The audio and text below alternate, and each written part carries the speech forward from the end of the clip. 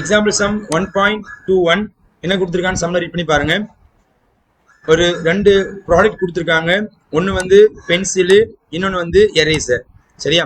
அதனுடைய காஸ்ட் கொடுத்துருக்காங்க. இப்போ ஃபர்ஸ்ட் இது பார்த்தீங்கன்னா 11 பென்சிலும் 3 எரேசரும் நீங்கள் வாங்கினீங்கன்னா 64 ருபீஸ் ஆகுது அப்படின்னு கொடுத்துருக்காங்க. அதே போல் 8 பென்சிலும் 3 எரேசரும் நீங்கள் வாங்கினீங்கன்னா 49 ருபீஸ் ஆகுது அப்படின்னா cost of each pencil and each eraser. அப்போ ஒரு பென்சிலோடைய பிரைஸ் என்ன, ஒரு எரேசரோட பிரைஸ் என்னன்னு கேட்கலாம். சரியா இல்லையா? அப்ப இந்த இடத்த பொறுத்த வரைக்கும் cost of each pencil and each eraser நம்ம என்ன பண்ண போறோம், எக்ஸ் அண்ட் ஒய் எடுத்துக்க போறோம். அப்ப இந்த இடத்துல எக்ஸ் அப்படிங்கிறது வந்து பென்சில், பென்சில் பென்சில், இங்க வந்து எரேசர். ஓகேவா? அப்போ ஒரு ப்ராடக்டோடைய பிரைஸ், ஒரு ப்ராடக்டோட பிரைஸ் வந்து இங்க எக்ஸ்னு வச்சுக்கிறேன், இந்த இடத்துல ஒய்னு வச்சுக்கிறேன். சரியாமா?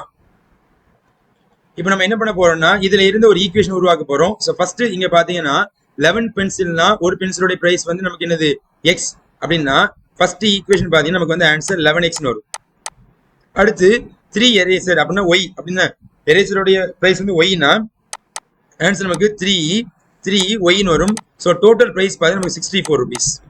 அதே செகண்ட் ஈக்குவேஷன் பாத்தீங்கன்னா ஸோ 8 பென்சில்னா 8x, ஸோ 3 எரேசர் அப்படின்னா நமக்கு 3y is what is answer நமக்கு வந்து 49 ருபீஸ் வந்துட்டு. ஓகே, ரெண்டு ஈக்குவேஷன் ரெடி பண்ணியாச்சு. இப்போ என்ன பண்ண போறோம், இதை வந்து மேட்ரிக்ஸா மாத்த போறோம். First A matrix உருவாக்கிக்கிறேன். ஸோ 11 3 8 3. சரியா? ஸோ அடுத்து வேரியபிள் பாத்தீங்கன்னா நமக்கு வந்து X variable, Y variable. So equal to constant number பாத்தீங்கன்னா 64 and 49. அப்ப என்ன பண்ணியாச்சு, A X equal to B அப்படிங்கிற மேட்ரிக்ஸை ரெடி பண்ணியாச்சுப்பா. இப்போ அடுத்து என்ன பண்ண போறோம், நமக்கு வந்து கிரேமர் ரூல்ல பண்ண போறோம். ஸோ கிரேமர் ரூல்ல பண்றா இருந்தா டெல் எக்ஸ் டெல் ஒய் மட்டும் நமக்கு தேவைப்படும். சரியா இல்லையா? ஃபர்ஸ்ட் நம்ம டெல் கண்டுபிடிக்க போறோம், பார்த்துட்டே வாங்க. ஸோ டெல் அப்படின்னா என்ன அர்த்தம்னா இந்த ஏ ஒரு டிடர்மினன்ட். அப்ப டிடர்மினன்ட் ஆஃப் 11 3 8 3. ஸோ ரெண்டையும் நீங்க டிடர்மினன்ட் பண்ணீங்கன்னா ஆன்சர் 33 - 24. ஸோ இந்த ரெண்டையும் நீங்க சப்ராக்ட் பண்ணி வாட் இஸ் ஆன்சர்ப்பா, வாட் இஸ் ஆன்சர் நமக்கு 9. So not equal to 0. So Cramer rules applicable. சரி தானேப்பா? இப்போ அடுத்து என்ன பண்ண போறோம், டெல் எக்ஸ் கண்டுபிடிக்க போறோம். ஸோ டெல் எக்ஸ்னா இந்த டிடர்மினன்ட்ல எக்ஸை மட்டும் ரிமூவ் பண்ணணும், அதுக்கு பதிலாக கான்ஸ்டன்ட் போடணும்.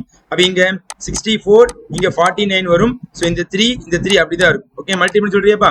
64ஐயும் 3 மல்டிபிள் பண்ணா 192 மைனஸ் 49 3 147 இஸ் ஈக்குவல் ரெண்டையும் சப்ராக்ட் பண்ணி சொல்லு, வாட் இஸ் ஆன்சர்ப்பா 45. ஓகே தானேமா? ஸோ அடுத்து டெல் ஒய்யோட ஆன்சர் யாருன்னா இந்த டிடர்மினன்ட்ல ஒய்யை மட்டும் ரிமூவ் பண்ணிட்டு கான்ஸ்டன்ட் டேர்ம் இன்சர்ட் பண்ணணும். அப்ப இங்க 11 8 அப்படி இருக்கும்.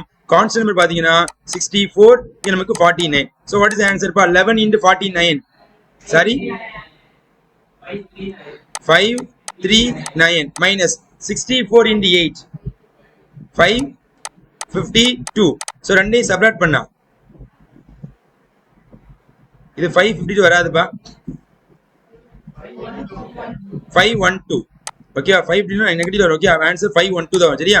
சோ 512 ரெண்டையும் சப்ராக்ட் பண்ணா 27. ஓகே தானேப்பா? அப்ப நமக்கு del x del y ready. இப்போ எக்ஸ் உடைய ஃபார்முலா என்னன்னா so del x by del answer 45 divide by 9. So இதை கட் பண்ண வாட் இஸ் ஆன்சர்மா 5 வரும். So y is equal to del y by del is equal to answer 27 divide by 9. So what is ஆன்சர்மா answer is 3. நமக்கு தேவையான solution பாத்தீங்கன்னா x comma y. So x அப்படிங்கிறது பென்சிலோடைய பிரைஸ், ஒய் அப்படிங்கிறது எதோடைய பிரைஸ் வந்து எரேசர். ஸோ ஆன்சர் பாத்தீங்கன்னா 5, 3.